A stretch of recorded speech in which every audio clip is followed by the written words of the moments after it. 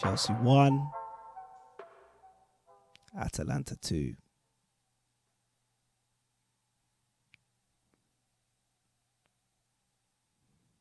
We're back, man.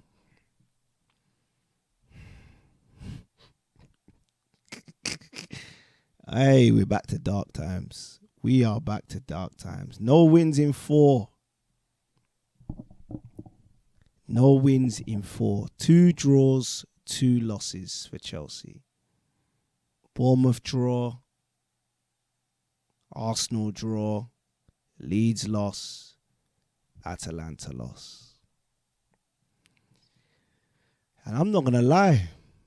I'm going to say this loss was avoidable.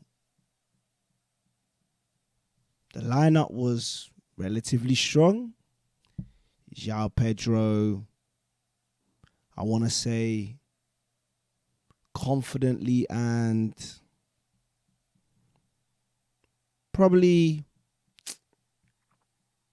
expectedly got his goal after some good work in the first half. I understand rest needs to happen. So we got a big game on Saturday against a team we now have to be beating. We should be beating Everton.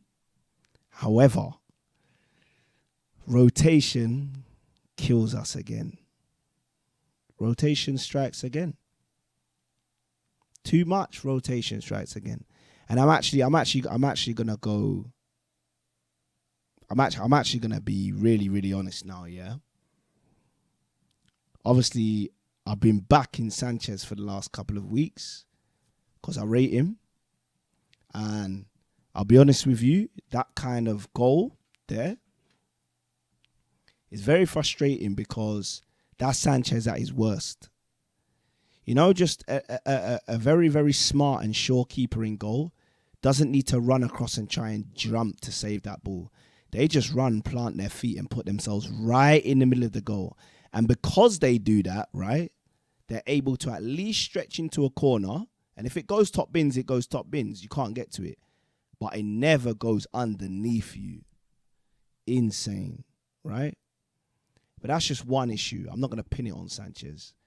Chalobah getting booked in the first half. Unnecessary. Just unnecessary. And then Maresca hooking him.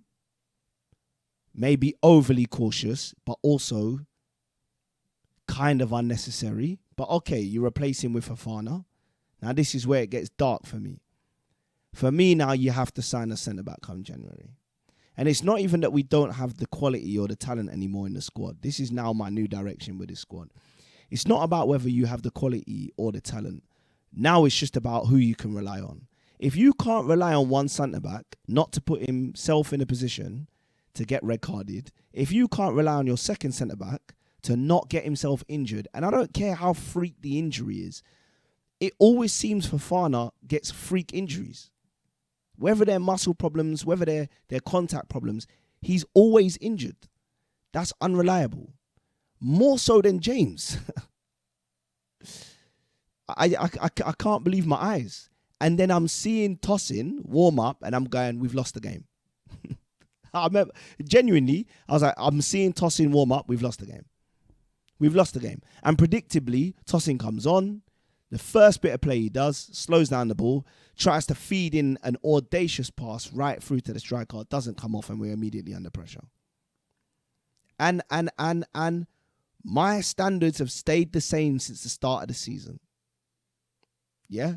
I always said Chalobah was the one that could get into these other teams. Because Chalobah, right, and Badiashile, outside of Colwill, are your two most next reliable centre-backs in terms of fitness and competence.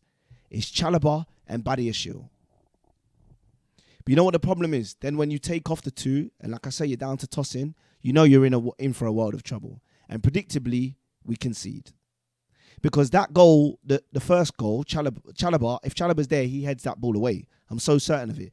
But I've seen Fofana. See, Fofana's not a battling centre-back in the sense of he's not going to be the one to win you mad aerial duels and all these things. Because he's not got the height to do it. Right? So his thing is just combativeness. in the middle of the park, 1-on-1. But I've seen us concede that kind of goal all the time. And for me, I'm disappointed as well with Sanchez not coming to claim it, because it goes over the other side and then he just... Anyway, I've spoken about Sanchez before. That's how you can know it's just got under my skin today. Frustratingly, Achampong played really well, and probably he should have just moved. This is what I don't get. Today I'm also... I have to put it on Maresca again today. Why not just put Achampong at right centre-back? Why bring Tosin on? Okay, you think you're going to concede lots of crosses. Fine. We maybe conceded 3 or 4 after that. But the problem is, you're conceding crosses and not being able to get out quick enough to then shut it down. So you're just conceding. Doesn't matter how tall your centre-backs are. If you just keep conceding crosses, you're going to concede. And then it's not even a cross we concede from. It's a ball lost in transition because we're too slow on the ball, because the ball going back to the goalkeeper slow, and then the goalkeeper's slow. And then because the goalkeeper's slow, the other centre-backs are slow, and then they're on the counter. No one's shutting him down from midfield because you've removed Enzo Fernandez, your most combative centre midfielder, outside of Caicedo, and you've dropped Caicedo further back. Even though, again, you also could have put Reece James into centre-back and left it as Caicedo and Gusto in the middle and kept Achampong at right back. Or you could have pulled Gusto or Reece James into right back and put Joshua Achampong into centre-back and left Caicedo and Enzo there, or Caicedo and Gusto. Why he brought on Tosin, I genuinely have no idea.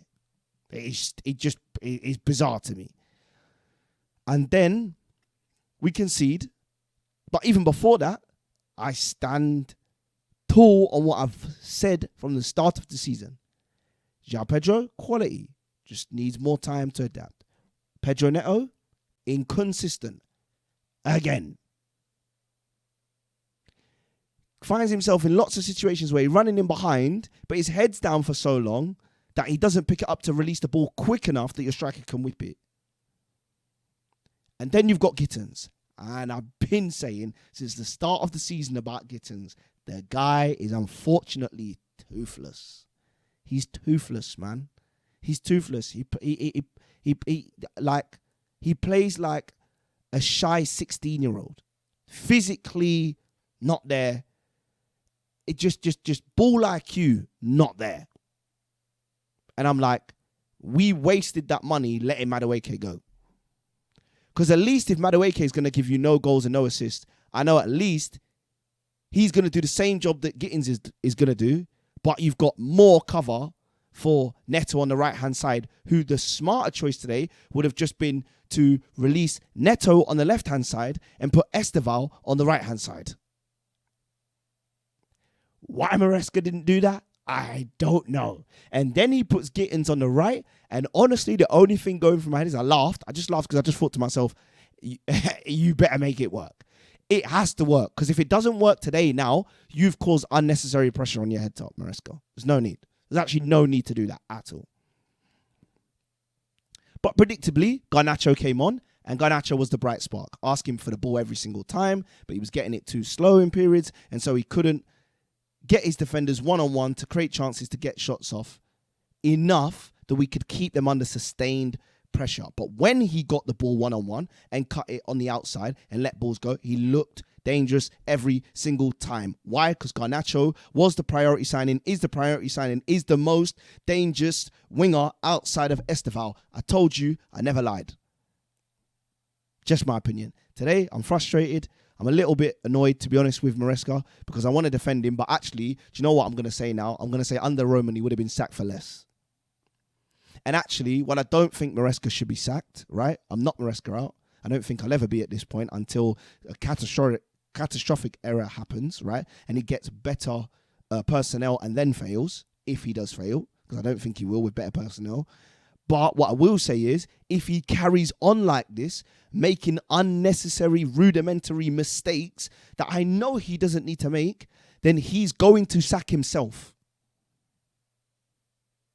And that's my 10 pence. Let me know what you think down in the comment section below. This was the most unnecessary result of all time. We would have put ourselves 3 points clear and not needing to have to worry about the next 2 games. But now we put more pressure on ourselves going into December. The only silver lining, look at me, punch my mic. The only silver lining I can say from this is this downward period is better coming now in the earlier stages of December than it is late December, because you don't want to carry this kind of form into Jan. You want to have all of your rubbish happen now, so by the end of December, going into Jan and Feb, you are ready to kick on again. That's the only silver lining I can see from this. That typically, if the form is like this now, it has to improve again. But Chelsea are going to have to dip into the market. You're going to have to get another centre-back. You're going to have to get another midfielder if you're not going to use Buonanotte. And if you're not going to bother using Tyreek George as a striker or a winger, let him go. What are we doing here? Is what it is. Anyway, yo, that's all from me today, man. Drop a like on this video, subscribe to the YouTube channel, hit the bell icon so you get a notification every single time I upload. I appreciate you. Take it easy and let me know your comments down in the comment section below. Mad frustrating, I know. Until next time, my people, take care, don't stress and stay blessed. Peace.